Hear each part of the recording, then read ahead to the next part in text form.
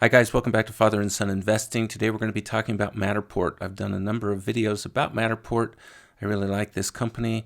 I think that the stock price right now is quite a bargain, and I think Matterport has found a niche where they can really make a difference in not only the metaverse but in so many companies and the way that they run their business, as well as online real estate and so much more.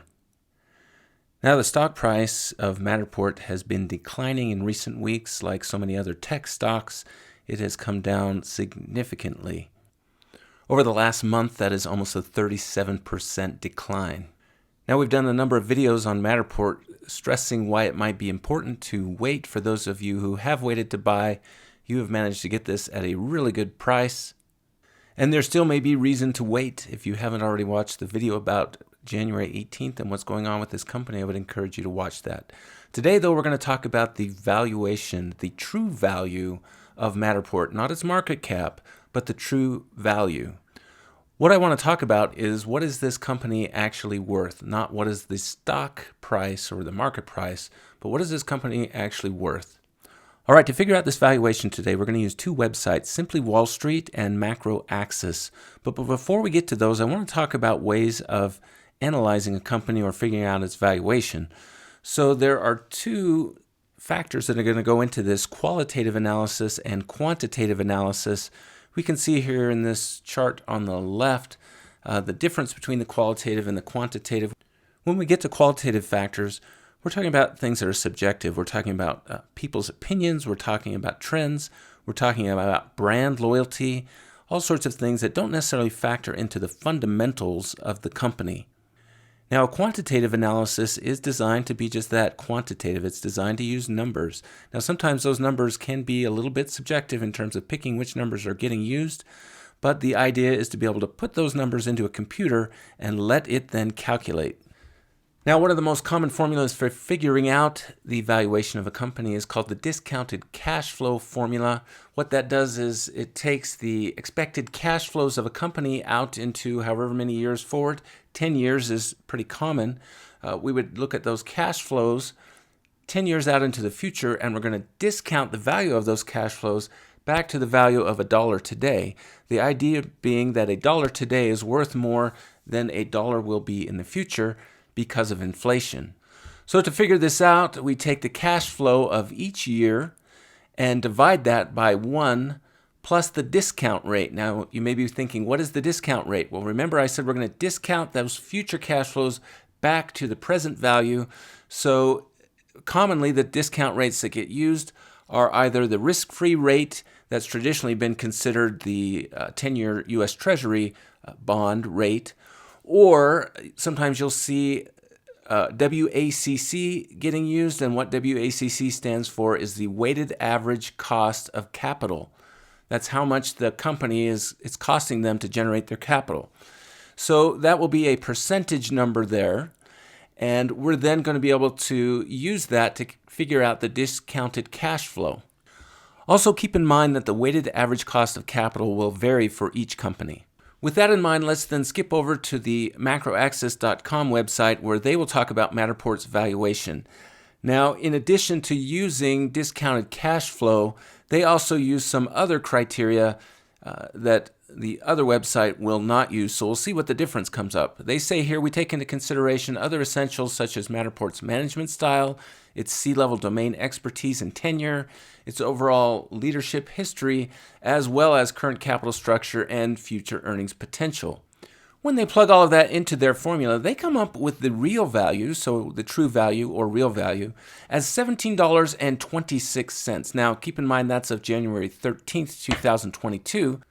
They actually say that the market value was $15.88. Of course, we know that it closed at about $14.22 today. So that market value date is just a little bit old. What does that tell us? That tells us then that this company is undervalued. Its market price is less than its true or real value. Now that brings us to a discussion of market price versus true value. Of course, the market price is whatever people are willing to pay for something. If people want to pay $36 a share for Matterport, and enough people are willing to pay it, well, then that's going to be the market price, regardless of what its true value is. There are a number of things that can affect its market price. Certainly, we've seen how a change in the news can affect market price drastically sometimes for stocks. Inflation certainly can affect the market price. Overall sentiment about stocks can affect the market price and have really nothing to do with the underlying value or intrinsic value of the company. Now let's jump over to Simply Wall Street. They also use the discounted cash flow model, but they're not including all of those other factors that I mentioned, such as the leadership, etc. So if we just plug in their discounted cash flow model, they also use a two-stage model where they expect that the cash flow will change as the company matures. So after they plug in all of their numbers into their discounted cash flow model, they come up with the fair value as being $20.56. So that is different than what we saw over at Macroaxis, but still we see that according to the market price, which they're listing here as $15.06, and we know that it is $14.22 as of the close, still we see that this company is undervalued. They say undervalued by about 27%. If we knock that down a little bit to the current market price, we're looking at almost 30% being undervalued. So why the difference in the two valuations? Well, going back to the discounted cash flow model, part of that depends on the assumptions that one makes.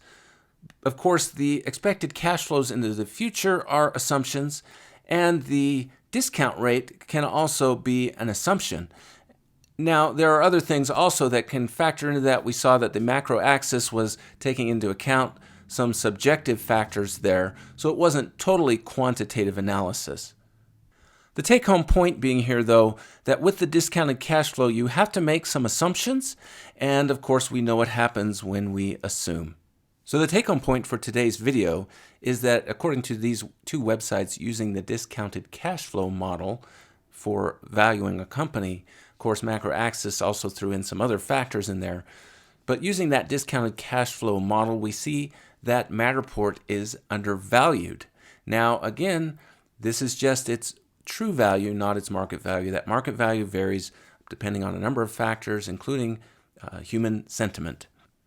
Nevertheless, what it tells us, though, is that Matterport is actually in the value stock range at the moment. It certainly has been considered a growth stock, but in the moment, it's in value range. I actually like buying growth stocks in the value range, buying them on the cheap. Feel free to leave some comments about what your opinion is on what Matterport's value is and what you actually think its target price is. Of course, the target price for Matterport is still significantly higher than both its current stock price as well as its current value. Please share this information with a young person in your life. Have financial discussions in your family and with your friends. Make investing a family affair. And until next time, enjoy your investing.